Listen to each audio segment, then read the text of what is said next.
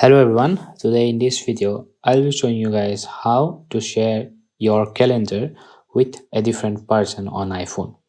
So in order to do that, you need to open your calendar application, and from here you just need to go to your calendars, and from here you need to find iCloud. So yeah, from here you need to press the I icon, and as you can see, add person. From here you just need to add the person you want to share your calendar with.